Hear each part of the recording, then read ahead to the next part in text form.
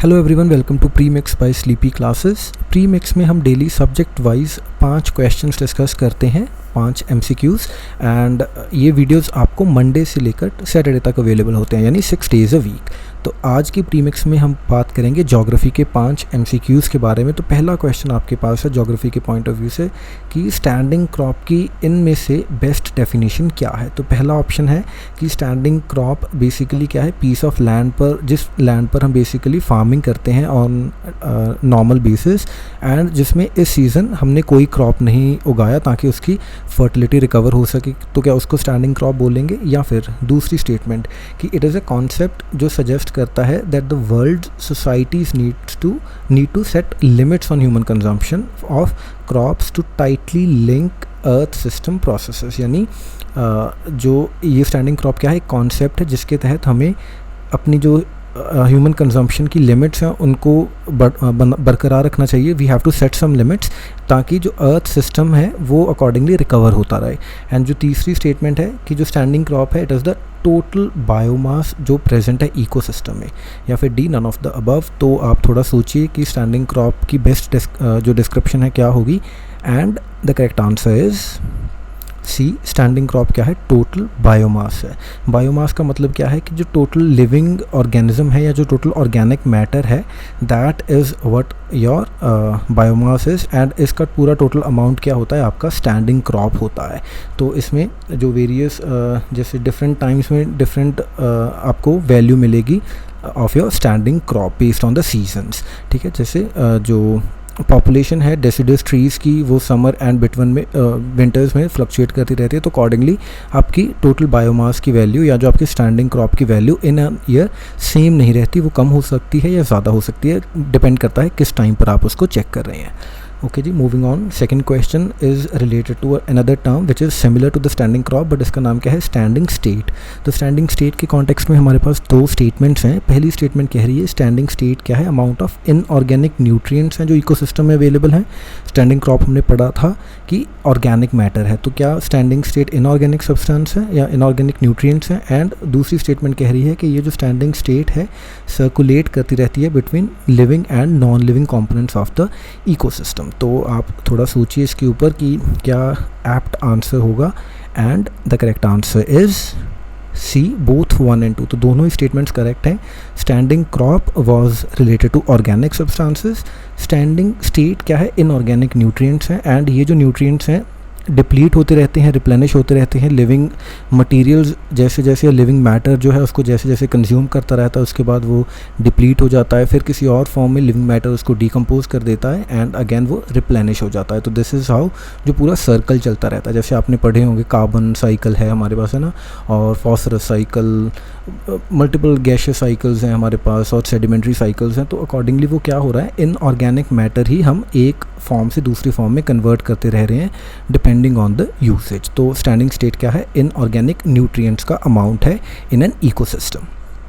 Third question, तो third question related है आपकी एक छोटी सी स्टेटमेंट से। स्टेटमेंट क्या कह रही है कि Brahmaputra, Irrawaddy and Mekong rivers क्या करते हैं, सभी तिब्बत में ओरिजिनेट होते हैं एंड देन डिफरेंट डायरेक्शंस में फ़्लो करना शुरू कर देते हैं parallel to the mountain ranges. तो इन सब में से हमने देखा कि ब्रह्मपुत्र जो है सडनली जब इंडिया की तरफ आता है तो वो यू टर्न ले लेता है, बिल्कुल जैसे इस डायरेक्शन में फ़्लो करता करता it will start flowing in this direction, ऐसे ही फ़्लो करता है ब्रह्मपुत्र, है ना। तो अब आपको बताना है कि ये जो यू टर्न इसने लिया ये क्यों लिया है। तो आपके ऑप्शंस हैं कि यहाँ पर अपलिफ्ट हो गया है, uplift of the folded Himalayan series, यानी यहाँ पर एकदम से हिमालयज ऊँचे हो गए हैं जिसकी वजह से क्या है, यू टर्न ले लिया। या फिर सिंटैक्सिकल बेंडिंग हो गई है जियोलॉजिकली यंग हिमालयाज़ की। या फिर जियो टेक्टोनिक डिस्टर्बेंस है इस टेरिटरी में, यहाँ पर भूकंप वगैरह आते रहते हैं जिसकी वजह से टर्शरी फोल्डेड माउंटेन चेन्स बन गई हैं, जिनकी वजह से जो आपके ब्रह्मपुत्र ने यू टर्न ले लिया है।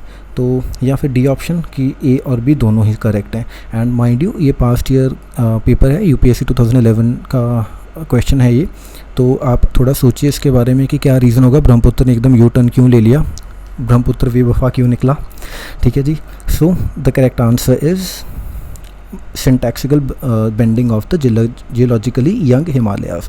तो इस पिक्चर में आपको आई होप थोड़ी क्लैरिटी होगी। जैसे ब्रह्मपुत्र अगर हम इमेजिन करें, अगर यहाँ से कहीं से ओरिजिनेट होता है तो ऐसे फ्लो करता करता एकदम से यहाँ पर जब अरुणाचल प्रदेश में एंटर करता है तो यहाँ पर इस डायरेक्शन में ऐसे मूव कर जाता है ना। तो ये क्यों है? क्योंकि ईस्टर्न सिंटैक्स है। तो दो मेजर हमारे पास चीज़ें हैं, eastern syntaxes and western syntaxes. Eastern syntax यहाँ पर क्या है? यहाँ पर है आपका नामचा बारवा।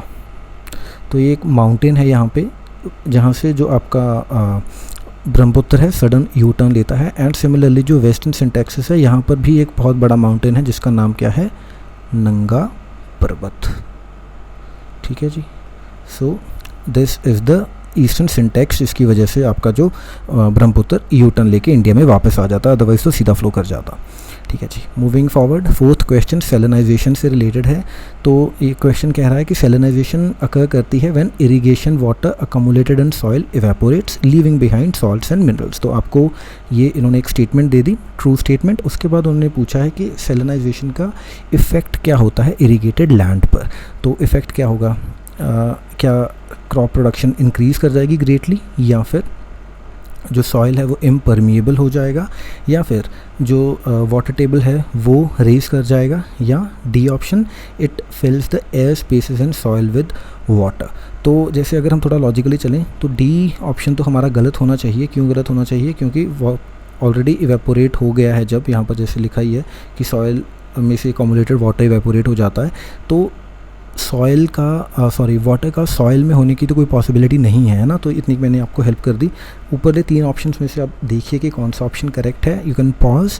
Correct answer is B, soil को इम्परमिएबल टर्न कर जाता है। इम्परमिएबल टर्न क्यों कर जाता है? क्योंकि ऑलरेडी जो आपके वाटर में डिज़ोल्व्ड मिनरल्स हैं, डिज़ोल्व्ड सॉल्ट्स हैं, वो वैसे के वैसे आपके सॉइल में रह जाते हैं, वाटर इवेपोरेट कर जाता है। तो इन अ वे क्या होगा, जो पोर्स होंगे सॉइल के, उनमें ये जो आपके सॉल्ट एंड मिनरल्स हैं विच आर इनसॉल्युबल, वो उन गैप्स को फिल कर देंगे। तो इससे क्या होगा कि आपका जो ऊपर वाटर, उसके बाद अगर आप दोबारा से इरिगेशन करेंगे तो वाटर नीचे नहीं जा पाएगा। तो इसका मतलब क्या होगा, आपका सॉइल इम्परमिएबल बन गया। तो यही जो चीज़ है यहाँ पर हमने लिखी हुई है। तो इरिगेशन होने के बाद जब वाटर अकोमुलेट कर जाता है, इवेपोरेशन की वजह से वाटर इवेपोरेट कर जाएगा एंड उसके बाद सॉल्ट्स एंड मिनरल्स पीछे रह जाएंगे, जिसकी वजह से सॉइल आपका इम्परमिएबल हो जाएगा। तो आज का लास्ट क्वेश्चन है related to island development agency. आपको बताना है इसको कौन चेयर करता है। इसको चेयर करते हैं आपका या home minister, environment minister, defence minister, या फिर हमारे prime minister. So you can pause, think about it.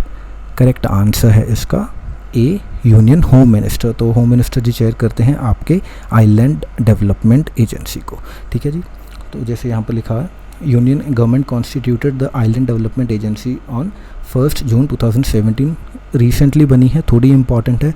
तो एक जो आपको चीज़ क्या करनी है, थोड़ा अंडमान एंड निकोबार आइलैंड के कॉन्टेक्स्ट में आइलैंड डेवलपमेंट एजेंसी का थोड़ा रोल आप प्लीज़ चेक कर लीजिएगा। ठीक है जी।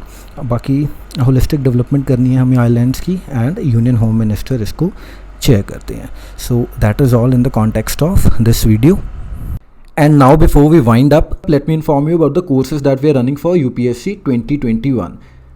जनरल स्टडीज़ के लिए प्री प्लस मेंस बैच यानी हमारा PCM बैच है, जिसमें answer evaluation and without answer evaluation का जो ऑप्शन है अवेलेबल है आपके पास, एंड आप इसको इंस्टॉलमेंट्स में भी परचेज कर सकते हैं। ऐसे कोर्स है हमारा फॉर 2021, एंड ऑप्शनल के 2 हमारे पास कोर्सेज हैं, पॉलिटिकल साइंस एंड सोशियोलॉजी। उसके बाद इन सभी कोर्सेज़ की अगर आप कोई कॉम्बिनेशन लेना चाहते हैं, PCM प्लस एसए या PCM प्लस ऑप्शनल या PCM एसए एंड ऑप्शनल, वो भी आपके पास ऑप्शन है। एंड फाइनली हमारी प्रीलिम्स की टेस्ट सीरीज़ है, जिसमें आप विद वीडियो सॉल्यूशंस या विदाउट वीडियो सॉल्यूशंस आप परचेज़ कर सकते हैं।